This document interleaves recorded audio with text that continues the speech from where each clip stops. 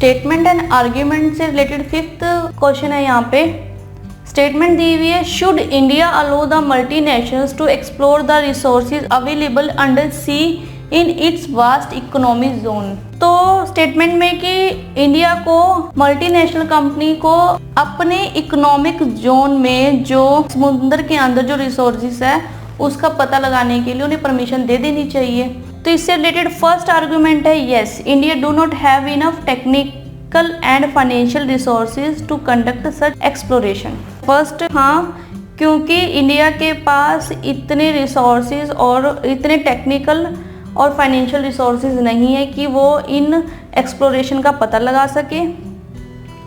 Second है, no this will endanger to sovereign status of country, कि ये country की सोवरिजन स्टेटस को खतरे में डाल सकती है। और कॉमन सेंस देखें यहाँ पर तो ऑब्वियस है इंडिया के पास इतने रिसोर्सेज नहीं है कि वो फाइनेंशियली भी और टेक्निकली भी इतने रिसोर्सेज नहीं है कि जो समुद्र के अंदर जो भी रिसोर्सेज है उनका वो पता लगा सके। तो आई थिंक सो कि उसे परमिशन दे देनी चाहिए क्योंकि इंडिया के पास इतने रिसोर्सेज नहीं है।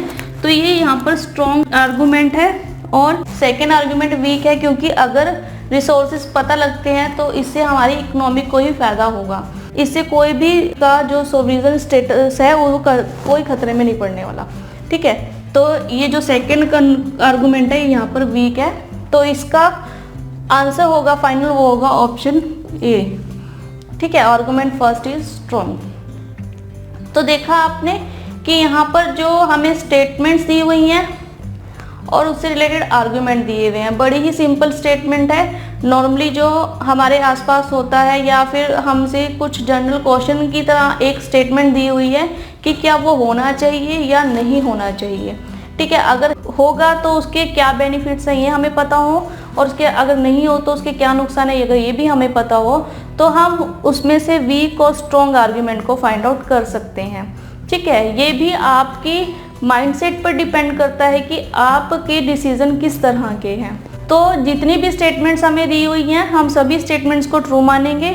ठीक है, और उससे रिलेटेड यहाँ पर जो आर्गुमेंट्स दिए हुए हैं उसमें हम आर्गुमेंट में स्ट्रॉन्ग और वीक आर्गुमेंट को फाइंड आउट करेंगे।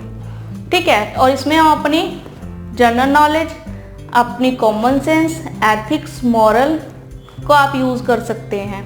ये था हमारे पास टॉपिक स्टेटमेंट एंड आर्गुमेंट्स का। मिलते हैं अगले सेशन में। Thank you.